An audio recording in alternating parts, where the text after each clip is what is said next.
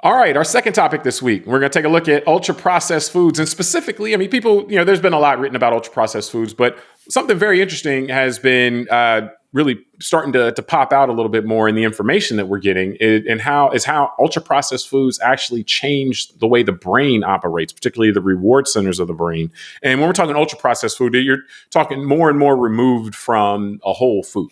So a processed food might be something that is, you take a popcorn and you pop it, or you take, some cornmeal and you bake it or whatever, fry it into a chip. That'd be like processed. Ultra processed is changed even more than that, like a Pringle type of thing where it's something that is very far removed from a potato, so there's no firm definition on how far you go, where you become from processed to ultra processed. But basically, the further removed something is from whatever it came from originally, or some things that are just concocted in a lab altogether, that's an easy thing to say is ultra processed. But your thoughts, like I wanted to get from you, just to start, your reaction to seeing some of this research that's coming out in terms of how ultra processed foods are actually affecting the wiring of the brain and the way that it works.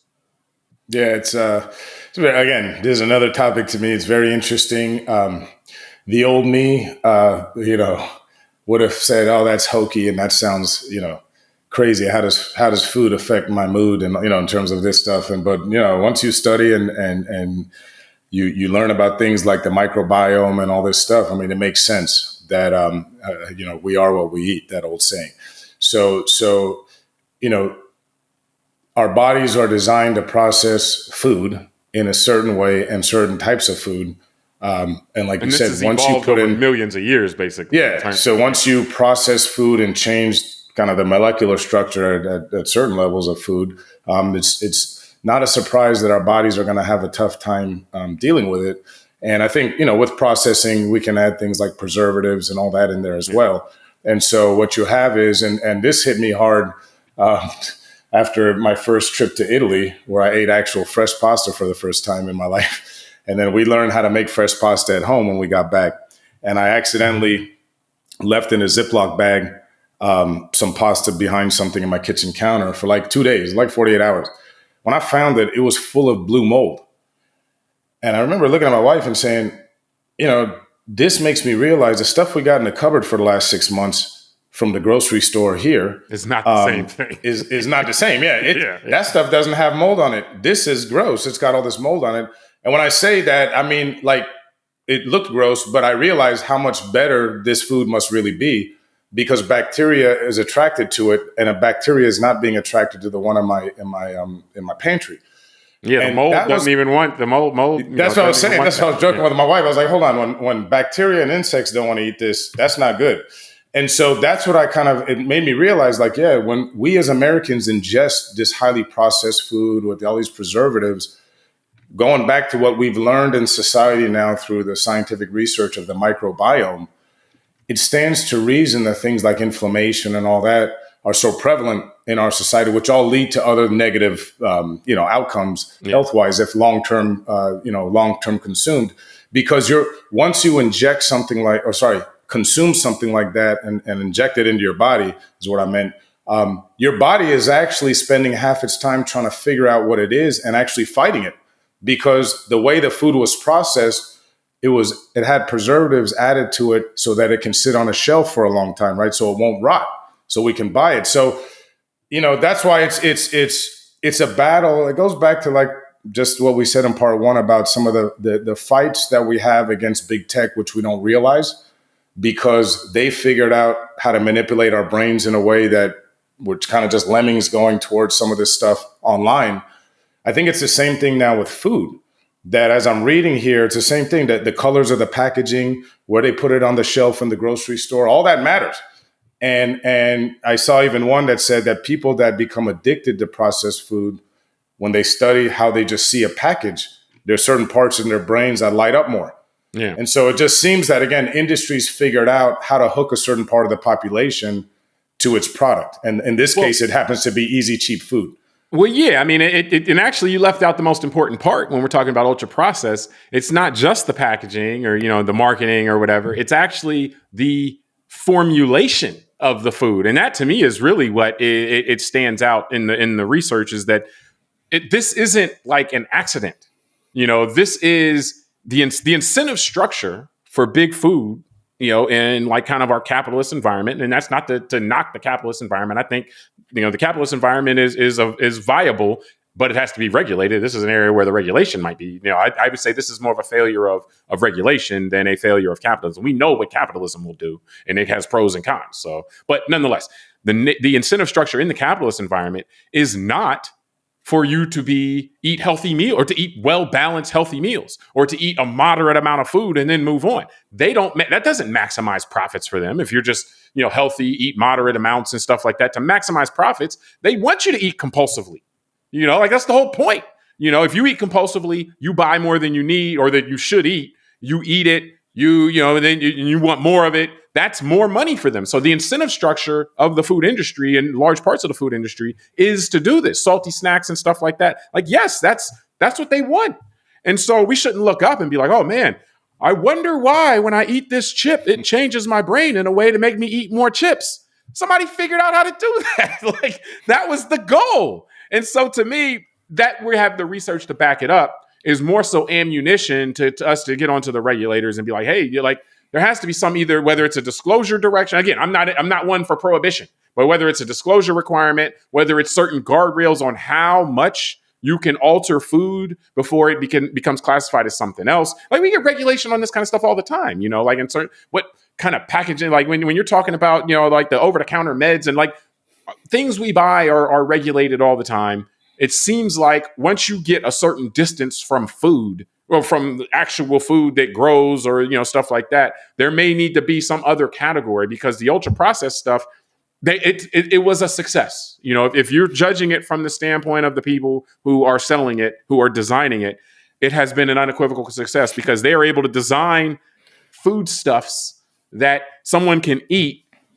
It will rewire their brain in a way not much different than nicotine or cocaine does, and make them compulsively want to have it, all in the service of profit maximization. And so that's what I'm seeing here, is just like, yes, okay, you guys, you succeeded in what you were trying to do. Now society needs, now that we have some empirical stuff, like, because I'm sure they knew this stuff years ago. Like, this was, again, they were testing this stuff to make sure it did that. So now publicly, society has the information to kind of say, okay, we get it. We see what you guys are doing now. Now it's on us to react, because it's not a fair fight. And you've said that in other shows, like, it's not a fair fight when they are, building this stuff in labs with test subjects and all this, and they're seeing exactly how it tickles your brain. And, then if we do it, and I got more on this, but I want to kick it back to you, because it's not a fair fight. And the only place where we can get help in a situation like this, yes, there's education that can help the individual, but by and large, this is where you need a state to step in, a state meaning a government type of thing, step in and say, okay,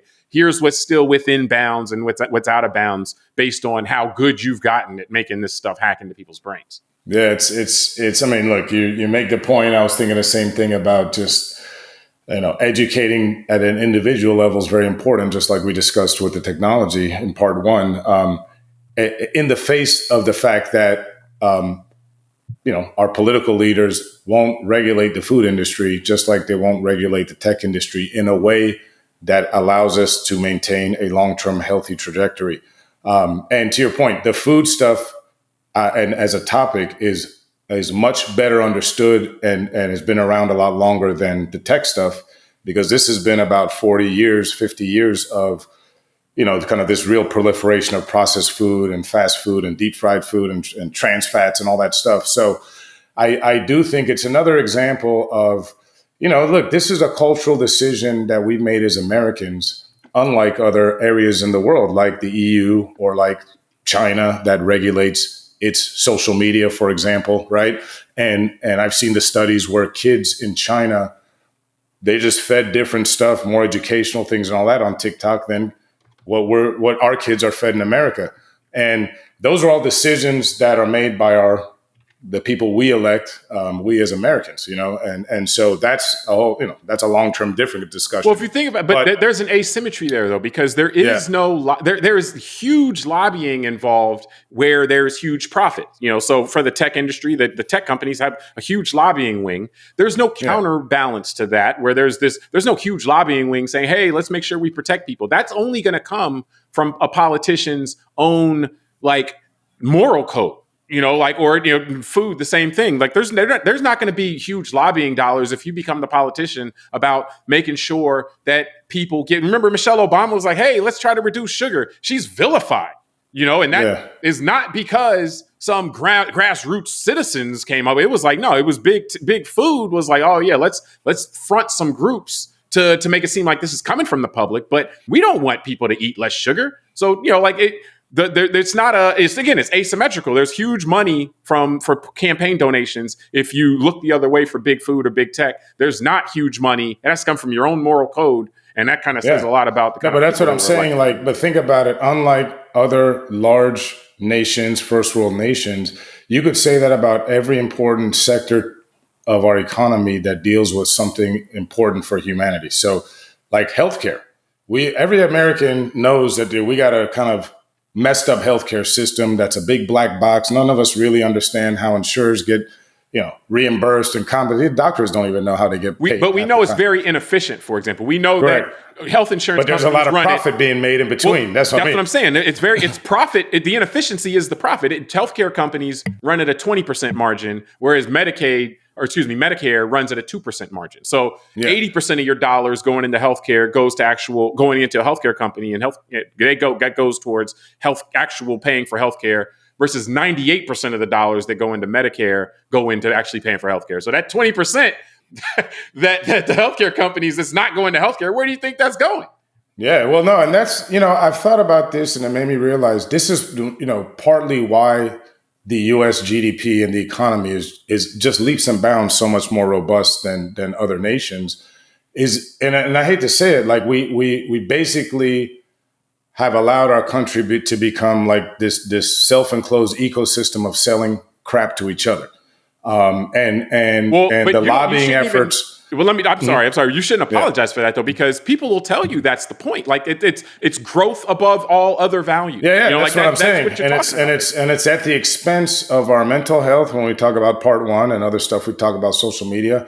Here we're talking about the expense of our physical health with processed foods and all that. We can talk about the continued expense of our physical health through the healthcare system. And again, because I've lived overseas as well, if you've never been outside the United States, it's hard to compare.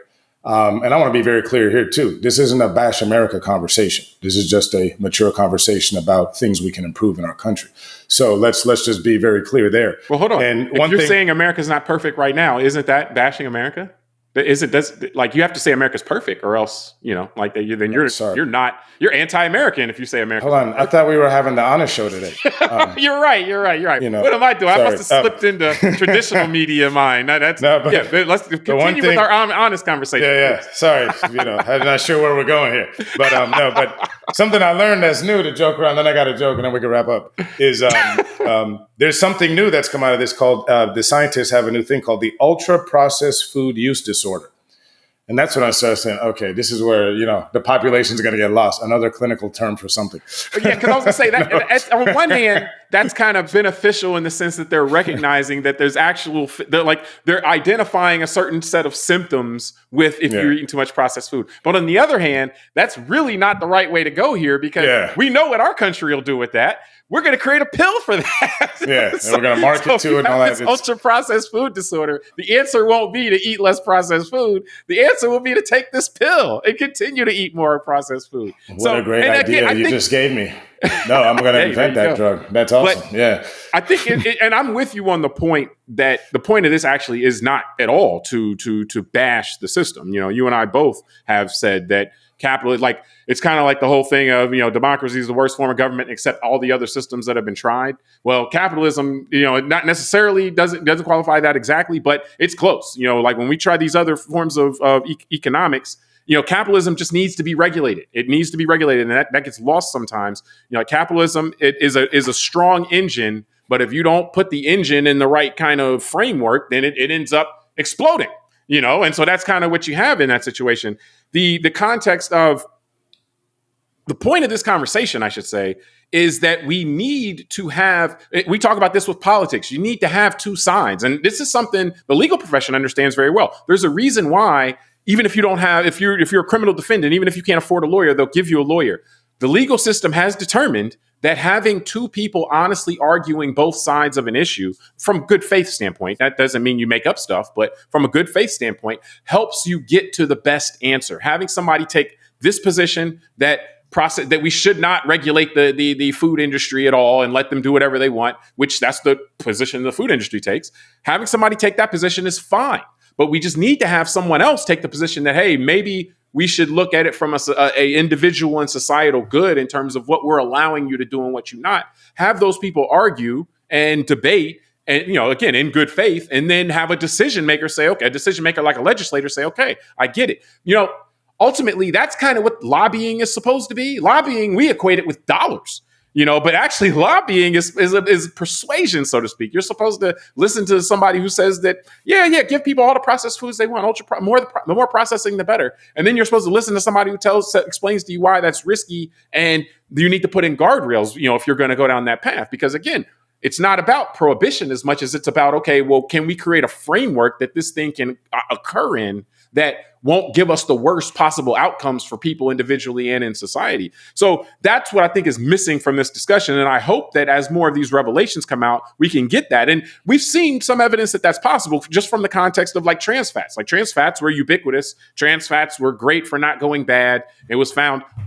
it was found that they directly and, kind of too quickly for the food industry's liking lead to death and negative outcomes. And a lot of the issues that we have now with the ultra processed food is that whenever there's a big, long time period in between your consumption and the negative outcome, they're like, oh, we had nothing to do with it. And with trans fats, they got outlawed because they weren't able to hold that up anymore. That was something that was really don't. It was too fast. Yeah, it was too fast. Can't kill the customer too fast. You gotta are there any signs for hope that you have, or like something like that, or you think that our environment is going to walk us down this path no matter what? The environment we're in. So I think your point about capitalism is good, because I think that's where part of the hope comes in. Meaning, I can appreciate today, because of innovation, is people having good ideas to fill a void in the marketplace. So to your point, if we look at this food thing going on for now 2 or 3 generations in terms of really the processed foods, fast foods, all that, it was probably by the 1990s, I think, that a large part of society started waking up that this stuff is not that great for you. So then probably in the early 2000s, a decade later, is when we started to see what I would say healthier options for fast food. So I think of companies like Chipotle, where I can go, if I'm just in a rush and I just need to get some food in me, I can at least now choose to go somewhere where I can get rice, beans, and some meat that's not deep fried and all that. Yeah. And generally, it's healthier than me going to get a supersize at Wendy's or Burger King. Yeah. So at least in terms of the type of food, that's a good point. Like it's not like fried, so, it's not ultra processed. It's like it might be a calorie bomb, but it's not. But like, it's better. So that's a good point. And that's my point. So we get optimistic. Glass half full Tunde today. Let's say quarter full, maybe. I don't go as far as half. But okay. But no. So the thing is that I'm not going to name every the healthier option, but I think my example, people will get it that between when I was a kid in the 80s, there was nothing like that. You had I remember Roy Rogers, you had McDonald's, and you just had fast food, or you had to cook a whole meal at home. Yeah. Now we've got some in between options, and even things like juice bars and buying smoothies and all that. At least they're healthier options that someone can get on the go if they choose to do so. So I think that's a positive. The other thing that I think, and as we're talking, it kind of does lead me now, this is the 75% glass half empty. So I couldn't disappoint you. Oh, okay. I was going to say. No, because as we're talking here, the stats really do bear out that people that I would say heavily consume processed foods, the research shows 20 to 50% increase in depressive style behavior, like they're more prone to depression. And I just feel like So it's what we're putting in our bodies, and then you couple that with what you have in the palm of your hand in the smartphone, and most people, hundreds of millions of Americans, being on social media every day, which has also been proven to be cause mental health concerns, depression, things like that. And it's just like, this is where I feel a little bit more to the downside is like, I don't know what it looks like in a couple generations if we just have most of our society constantly being inundated both by ingesting food and ingesting stuff in their mind and their emotional state that leads to more depressive states of mind. That just seems like it's probably not the greatest direction to go into. So that is my concern. Point. And no, it's an excellent point. And the thing, here's the thing that really, really makes it a concern is that it's because of the business model. The reason why you see these things linked to depression is because the goal of whether it be an app that wants you to use it compulsively or food that wants you to eat it compulsively. Well, how do they make it so you want to do it compulsively? Well, it's trying to change your brain in a way that makes it so you're not happy unless you're on the app or eating that food. And so, yes, if it's rewiring your brain to tie your happiness, to tie your reward center to engaging in whatever that is, then yeah, that is going to increase depression. Because if you're not doing it all the time, when you're not, you're going to be sitting there like, it's going to change you in a way that's not necessarily healthy. So the manipulation of the brain that is happening, that has become big business, the way of business in many respects. One, it's not a given, like you say, point out in other countries, there's limits on how much you can do that kind of stuff or what you can put in your food in ways that might be detrimental. And so it's possible to get there. We just, we'll need a class of leadership that is willing to not necessarily not go wherever the dollars are in lobbying. The last thing I'll say, though, I'm less optimistic about maybe instead of insider trading, they should just stop all the politicians from buying stocks in general, because I'm sure they all own all the food companies. The only problem with that is the people that would have to do that are the politicians. I know. I'm just joking. I'm less optimistic than you are on this. In the same way, I think back to Sapiens and how in the book we did, Sapiens a while back, and he talked about how the once agriculture hit and society changed to become one of agriculture, the population growth, the way people operated, it was something we couldn't go back. We couldn't go back. In the same way that we look at this with fertilizers, synthetic fertilizers and stuff in terms of how we're growing foods. And people's like, I'm one that would prefer natural fertilizers and stuff like that. But our population in the world has grown so much that we need a lot of cheap and cheap calories, that store very well, and all of that leads to more processed food and to growing food with synthetic processors because we need so much of it. And so we are kind of on the fly in the same way it happened when societies adopted agriculture. We're adapting our society to need the efficiencies that this thing provides or that these things provide. But if it creates for more adverse outcomes, then that's what's going to happen. Like people, life expectancy declined upon the advent of agriculture, in human societies, at least in terms of how our records show. So, there may be a place where we can actually get to a threshold to where we can keep the efficiency and not have it be as harmful to us, but we're not there yet. So until we get there, I'm less optimistic than you. It seems like this is kind of a path. This is a something to get through it. We got to go through it. Yeah. Well, You'll be glass half empty today. I'll only be a quarter empty. So we reversed our roles today. I got one quick 30-second funny one for you. Is my 12-year-old yesterday complained of a stomach ache, and this is on topic for this. It was cute because he's like, because my wife and I were in the kitchen. He's like, my stomach hurts, this and that. And I'm like, what happened? What'd you eat? And he goes, I think I ate some Cheetos that were old because of the date was used by March something. Here we are in early April. And he goes, I think the cheese was bad on the Cheetos. My wife's like, she's like, honey, that's not real cheese. And then I'm like, yeah, and that date on the package is really the date that they should sell it by. I said, I think that thing's processed in a way it's probably going to be good in a year. Yeah. And it made me realize, it goes back to the education, because it was us really teaching him we take it for granted that we know that Cheetos doesn't have cheese on it. But to a 12-year-old kid, it's called Cheetos and it's orange, right? Yeah. So if no one ever teaches him, he's going to actually think that has cheese on it. So it goes back to just, education. The education is an important part, for sure, because that at least allows for decision making on an individual level. So why there's labels on food. Remember, food companies fought to have to list, they fought against having to list their ingredients on food, but at least they lost that fight. Regulators required that, but which again, that's regulation. It wouldn't happen if it wasn't for government regulation. Even the calories on fast food. Without that, even people who do care to make informed decisions wouldn't be able to make informed decisions. And remember, an informed consumer is a vital part of a free and fair market. So if you're a market person, you should be in favor of a informed consumer. So, I'm a monopolist, so you can go shove it with that. But anyway, I know we got to go. I think we can wrap from there. We appreciate everybody for joining us on this episode of Call Like I See It. Subscribe to the podcast, rate it, review it, tell us what you think, send it to a friend. Until next time, I'm James Keys. I'm Tunde Ogunlana. All right, we'll talk to you next time.